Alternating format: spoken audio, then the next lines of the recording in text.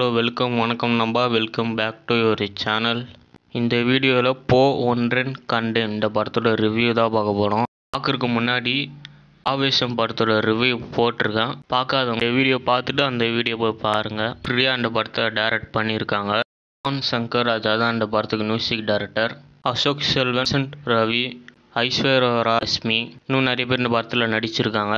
என்னென்னா அசோக் செல்வனும் வசந்த் ரவியும் சின்ன வயசில் ஸ்கூலில் ஒரு பொண்ணு பார்த்தீங்கன்னா அசோக் செல்வனுக்கும் வசந்த் ரவிக்கும் பார்த்தீங்கன்னா உமா குத்துருக்கும், லிப்பில் இல்லை.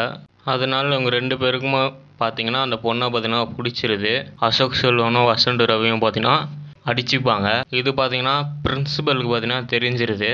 அந்த பொண்ணு பார்த்தீங்கன்னா சொல்லிடும். இதுக்கப்புறமா அந்த பொண்ணை பார்த்தீங்கன்னா ஸ்கூல்லேருந்து அனுப்பிச்சிருவாங்க. இதுக்கப்புறமா வளர்ந்து அசோக் செல்வன் பார்த்தீங்கன்னா டாக்டராக இருக்கார். ஐஸ்வர்யா ராய் பார்த்தீங்கன்னா செஃப்பாக இருக்காங்க. வசந்த் ரவி பார்த்தீங்கன்னா அவங்க அம்மாவுக்கு பார்த்தீங்கன்னா ரொம்ப முடியாமல் இருக்கும். அதனால் அவங்க அம்மா பார்த்தீங்கன்னா பார்த்துன்னு இருப்பார். இவருக்கு பார்த்தீங்கன்னா வேலைக்கெல்லாம் போக மாட்டார். ஒரு நாள் என்ன ஆகுதுன்னா ஃப்ரெண்ட்ஸ்லாம் பார்ட்டி வைக்கிறாங்க. அந்த பார்ட்டிக்கு வசந்த் ரவியும் அசோக் செல்வனும் பார்த்தீங்கன்னா வராங்க. பார்த்துக்கிறாங்க, பேசி சிரித்து பழகிட்டு இருப்பாங்க ரெண்டு பேரும். இதுக்கப்புறமா வசந்த் ரவி ஒரு அம்மாவை பார்த்தீங்கன்னா முடியாமல் போயிடும். அப்புறமா அசோக் செல்வன் பார்த்தீங்கன்னா வசந்த் ரவியை கூப்பிட்டு போவார். ஒரு டாக்டர்னால அவங்க அம்மாவுக்கு பார்த்தீங்கன்னா இவர் ஹெல்ப் பண்ணுறாரு. இதுக்கப்புறமா சொல்கிறாரு, இந்த வீட்டில் இருக்காதீங்கடா, ஹாஸ்பிட்டல் பக்கத்தில் வீடு பார்த்துக்கோடான்னு சொல்லுவாங்க. அது பக்கமா இவங்க அந்த வீட்டுக்கு போவாங்க.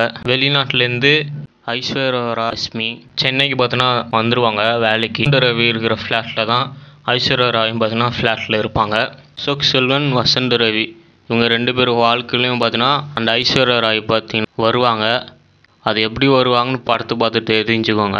ஃபஸ்ட்டு வசந்த் ரவி தான் ஐஸ்வர்யா ராய் பார்த்தீங்கன்னா பார்ப்பார். இதுக்கப்புறமா வசந்த் ரவி, ஐஸ்வர்யா ராய், அசோக் செல்வனும் பார்த்தீங்கன்னா பார்ப்போம்.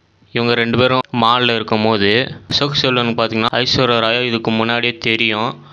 இவங்க ரெண்டு பேருக்கு என்ன கலெக்ஷன் பார்த்து தெரிஞ்சுக்கோங்க. பார்த்திங்கன்னா இவங்க ரெண்டு பேருமே பார்த்தீங்கன்னா அந்த பொண்ணை லவ் பண்ணுவாங்க. இதுக்கு நடுவில் இவங்க சின்ன வயசில் ஒரு பொண்ணை பார்த்து ரெண்டு பேருமே லவ் பண்ணாங்களே, அந்த பொண்ணு ஒரு பேர் சுண்டரி. ஐஸ்வர்யா ராய் பேரும் பார்த்திங்கன்னா சுண்டரி தான். அவங்க ஷார்ட்டாக சாண்டின்னு வச்சுருப்பாங்க. ஒருவேளை ஐஸ்வர்யா ராய் தான் வயசில் லவ் பண்ண பொண்ணாக இருப்பாங்களோ, சுண்டரியாக இருப்பாங்களோ, இவங்களுக்கு ரெண்டு பேருக்குமே பார்த்தீங்கன்னா அந்த டவுட்டு இருக்கும். ஐஸ்வர்யா ராய் அசோக் செல்வனை லவ் பண்ணாங்களா இல்லை வசந்த் ரவியை லவ் பண்ணாங்களான்னு பார்த்து தெரிஞ்சுக்கோங்க. கடைசியாக பார்த்தீங்கன்னா ட்விஸ்ட் இருக்குது.